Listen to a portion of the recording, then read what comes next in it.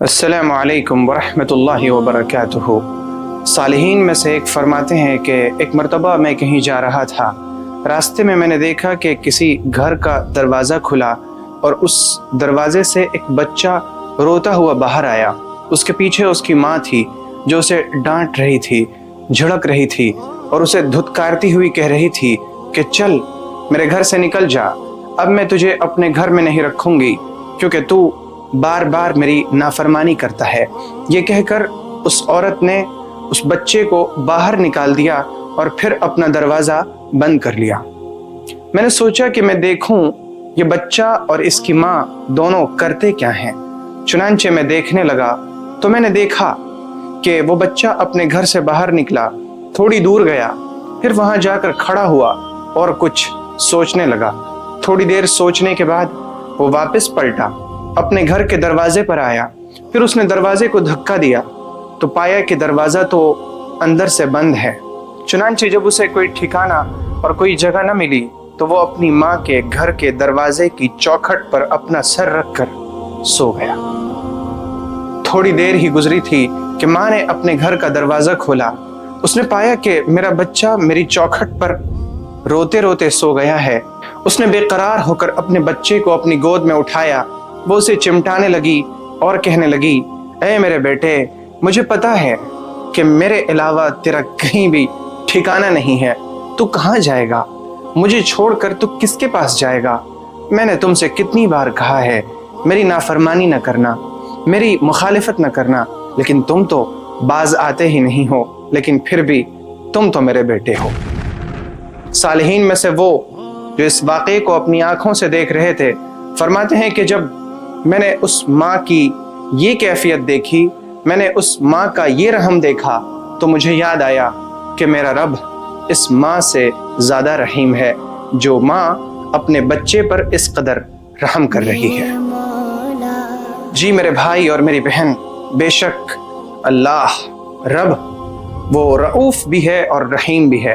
میں ایک دن قرآن پاک کی تلاوت کر رہا تھا تو میں نے پایا کہ اللہ رب العزت حضرت موسیٰ اور ہارون سے فرماتے ہیں، اے موسیٰ، اے ہارون، آپ دونوں فرعون کے پاس جائیں، فَقُولَا لَهُ قَوْلًا لَيِّنًا لَعَلَّهُ يَتَذَكَّرُ أَوْ يَخْشَىٰ، اور دونوں مل کر فرعون سے نرم بات کہیں۔ آپ ذرا سوچیے کہ وہ فرعون جو کہتا ہے انا ربکم الاعلی، میں سب سے بڑا رب ہوں، اللہ تعالیٰ فرماتا ہے کہ اس سے بھی نرم بات کہنا، نرم گفتگو کرنا۔ تو پھر ذرا سوچیے کہ وہ جو ہر دن سجدے میں کہتا ہے سبحان ربی الاعلی، میرا رب سب سے اعلیٰ ہے، اللہ رب العزت اس کے ساتھ کیسا مہربان ہوگا۔ ذرا سوچیے کہ جس فرعون نے کہا تھا ما علمت لکم من الہ غیری، میرے علم میں تو معبود صرف میں ہوں، معبود صرف میں ہوں، خدا میں ہوں، اللہ میں ہوں، جو اللہ ہونے کا دعویٰ کر رہا تھا، اللہ اس کے ساتھ اتنا رحیم ہے۔ تو پھر جو ہر دن کہتا ہے لا الہ الا انت، آپ کے سوا کوئی معبود نہیں، آپ معبود ہیں، اس کے ساتھ اللہ کا رحم کیسا ہوگا؟ میرے بھائی اور میری بہن، اللہ رب العزت کی بہت ساری صفتوں میں سے ایک صفت ہے صفت رأفت، یعنی اللہ رؤوف ہے، اور رؤوف اللہ کی وہ ذات ہے کہ اگر کوئی شخص اللہ رب العزت کے لیے کسی چیز کو چھوڑ دے تو اللہ بدلے میں اسے اس سے بہتر عطا فرمائے۔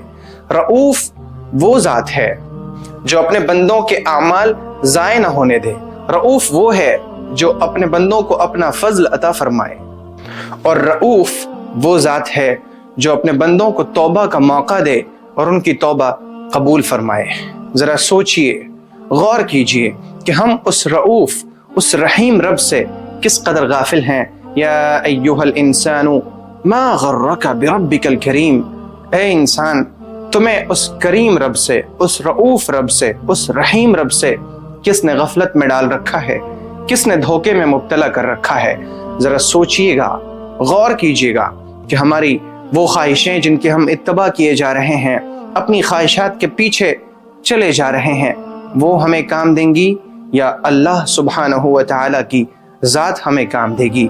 ضرورت اس چیز کی ہے کہ ہم پلٹ کر واپس آئیں اس اللہ کی طرف جو ہمیں بلاتا ہے الی دار السلام، جنت کی طرف، اور شیطان ہمیں بلاتا ہے جہنم کی طرف۔ دیکھنا یہ ہے کہ ہم کس کی دعوت پر لبیک کہہ رہے ہیں، شیطان کی دعوت پر یا رحمان کی دعوت پر۔ اگر آپ کو یہ ویڈیو پسند آئی ہو تو ویڈیو کو لائک کریں اور شیئر کریں، اور چینل کو سبسکرائب کرنا ہرگز نہ بھولیں۔